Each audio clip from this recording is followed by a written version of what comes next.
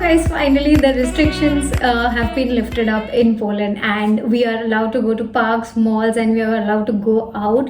But obviously it's not totally lifted, but then it's a sense of relief. I'm sure you guys can understand that we are allowed to go out in the parks without mask, and it's such a relief, I should tell you guys. And Poland is also recovering from COVID and it's going great as of now. A lot of friends and family have asked us about what is the situation about vaccination in Poland. But then yes, I can say that registration for 18 plus of age has been already started, and even foreigners are eligible to take their vaccines prior registration only. But with that said, guys, welcome back to the channel. I hope you all are doing extremely fine, and I cannot tell you guys enough how exciting and how happy we are just to get vaccinated, and so that the risk of our life will be a little in a better situations. And now that things are going very bad, or rather worse, in India, I've been seeing pictures and videos and whatnot, and it's really very sad to hear all of it. But then every single day I pray to God for a speedy recovery of the world, and just that everything gets very well soon. And yes, just hope for the best, guys. But I'm sure you guys are totally safe, and you guys are taking care of yourself. But with all of it, guys, let's just see what this video is gonna be about. And I'm very much excited for this video because a lot of people had been asking me about what are the different types of visas available for Poland. So there are multiple types of visa, and there are multiple type of questions, and there are a lot of confusions regarding which type of visa should they go for, and which type of visa is exactly for what purpose.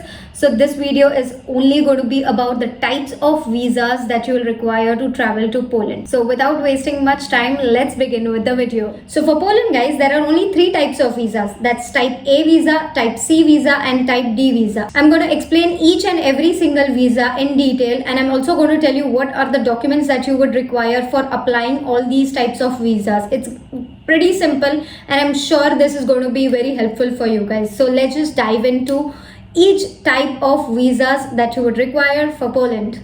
The first visa that we are going to talk about now is a type A visa. So guys, type A visa is nothing but a transit visa which allows you to travel through Poland.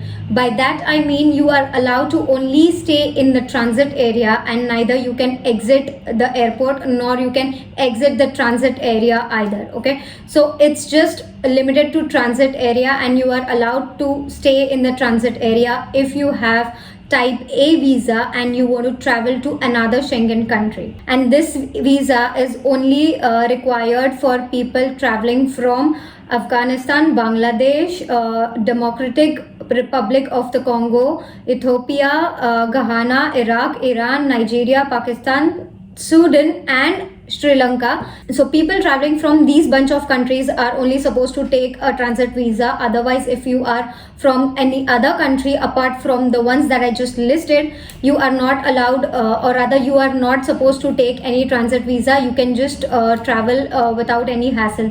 So for me, when I traveled from India to Poland, I traveled from India like Bombay, Frankfurt, that's Germany, to Warsaw, and I did not require any sort of transit visa, although I was coming from a Schengen country, which is Germany, of course. So I hope this is very much clear to you guys. And now let's see what exactly is a type C visa. So the second type of visa that we are going to see now is type C visa. So basically type C visa is a short-term visa. Most of the time, if you are a tourist or if you are traveling to Poland for a short-term business trip or something, only then it is required. But type C visa is only valid for 90 days in a half of a year. It's only valid for 90 days in one out of 180 days. So I hope this is not very much confusing. So you can only stay in Poland for 90 days at a stretch in half a year. you can split your days of stay in Poland according to your feasibility. So for example, if you want to stay in Poland for 1 month and like 30 days in the first trip, then another 30 days in the second trip, and another 30 days in the third trip, but this has to be in half a year. It should be in 180 days and not further than that.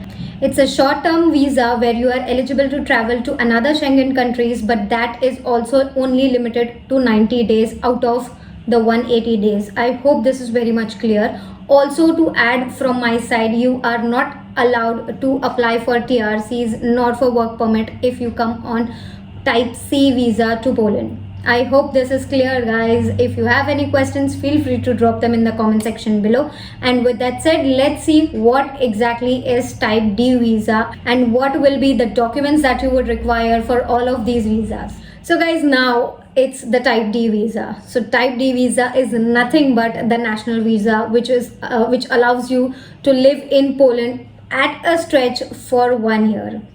Okay, this is the best part. And in Poland you can apply for your TRC once the visa is about to expire, or rather you can start applying for your TRC well in advance, so that you do not get stuck in Poland in case if you have to travel to your country and you do not have a valid visa. In that case, if your visa has expired and you do not have a TRC card in your hand already, then you will be eligible to fly back to your country, but then while returning back to Poland, you will have to apply for a fresh type D visa and only then come to Poland. Just because you have the stamp that you have submitted and your application for TRC has been in process, you are not allowed to travel to Poland without having the card. You need the TRC card in your hand and only then you can travel back to Poland. And yes, that's like the biggest visa for Poland.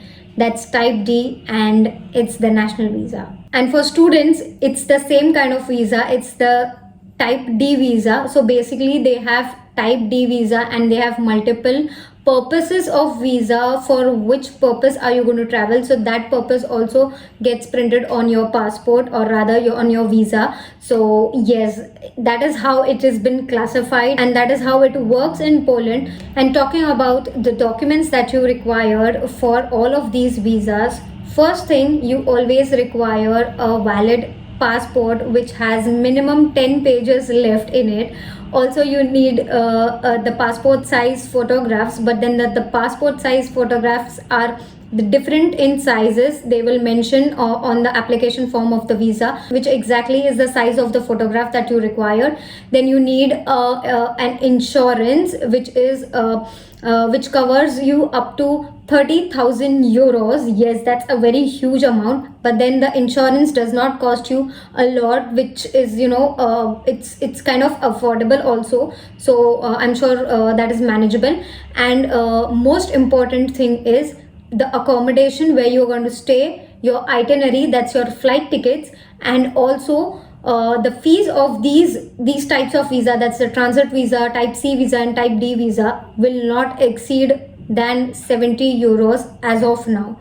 Okay, it can be less, but it's not more than 70 euros. But then that is as of now. I'm not sure of what it would be in future.